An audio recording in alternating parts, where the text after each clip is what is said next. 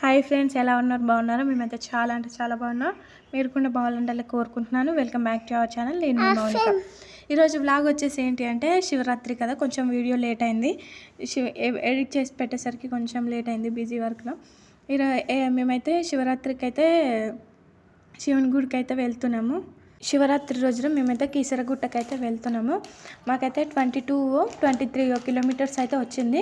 కానీ 1 కిలోమీటర్ ముందే మాకు వెహికల్స్ ఆపేశారు. అక్కడి నుంచి పై వరకు నడుచుకుంటూ వెళ్ళి పైన అక్కడ చెప్పులకైతే చాలా అంటే చాలా మంది ఉన్నారు. మా దగ్గర పెట్టండి అంటే ఎవరితో ఒకరి దగ్గర అయితే పెట్టేసాము. 10 రూపీస్ తీసుకున్నారు జతకి అయితే పెట్టేసాము. మధ్యలో అయితే క్యూ అయితే చాలా అంటే చాలా పెద్దగా ఉంది. నాకైతే భయం వేసింది. ఈ క్యూలో మనం వెళ్తామా, దర్శనం చేసుకుంటామా, దేవుడి దర్శనం అవుతుందా లేదా అని చాలా అంటే చాలా భయం వేసింది. కానీ దేవుడి దయ వల్ల ప్రదక్షిణలు అయితే తొందరగా చేసేసాము. దర్శనం అయితే చేసుకున్నాము. కానీ ఎక్కువసేపు అయితే చూడనివ్వట్లేదు.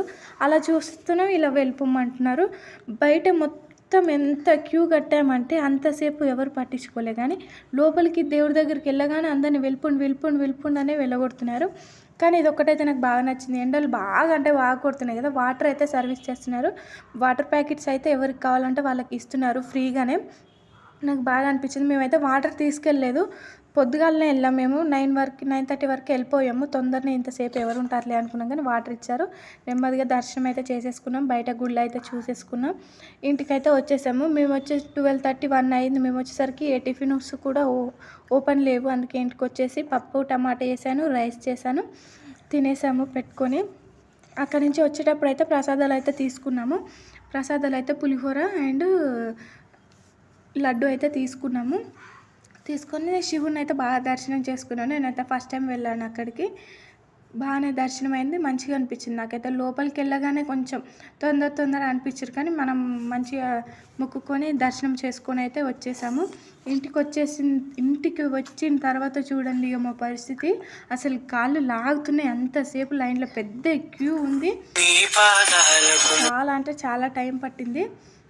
మేమైతే ఇక ఇంటికి వచ్చేసి అయితే ఫ్రెష్ అప్ అయిన తర్వాత వంట అయితే చేసేసుకొని తినేసుకున్నామని. మార్నింగ్ లేవగానే ఇంట్లో అయితే పూజ చేసుకొని వెళ్ళిపోయాము. ఇంట్లో పూజ చేసుకొని కొబ్బరికాయలు కొట్టి మేము స్నానాలు అన్నీ అయిపోయినాక, మా ఇంట్లో పూజ మొత్తం అయిపోయినాక తర్వాత మేమైతే బయలుదేరాము. అక్కడికి బయలుదేరేసి పూజ అయితే కంప్లీట్ చేసేసుకున్నాము. అక్కడ కూడా మేమైతే అర్చన కానీ దేనికని ఏం చేయించలేదు, ఓన్లీ దర్శనం చేసుకొని వచ్చాను. అర్చనకు 1100 ఏమో చెప్తున్నారు. మళ్ళీ అయితే ఫ్రీ దర్శనానికి వెళ్ళాము.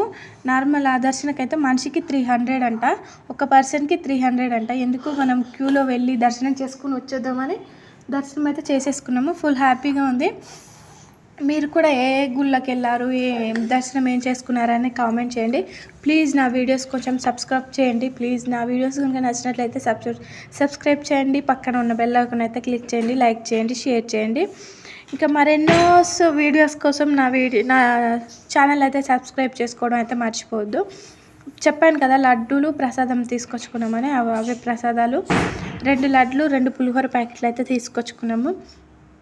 ఇంటికి వచ్చేసినాక ఫ్రెష్ అప్ అయినాకనే ప్రసాదం అయితే తినేసి వంట కూడా తినేసాము. Okay friends, bye. Subscribe to my channel.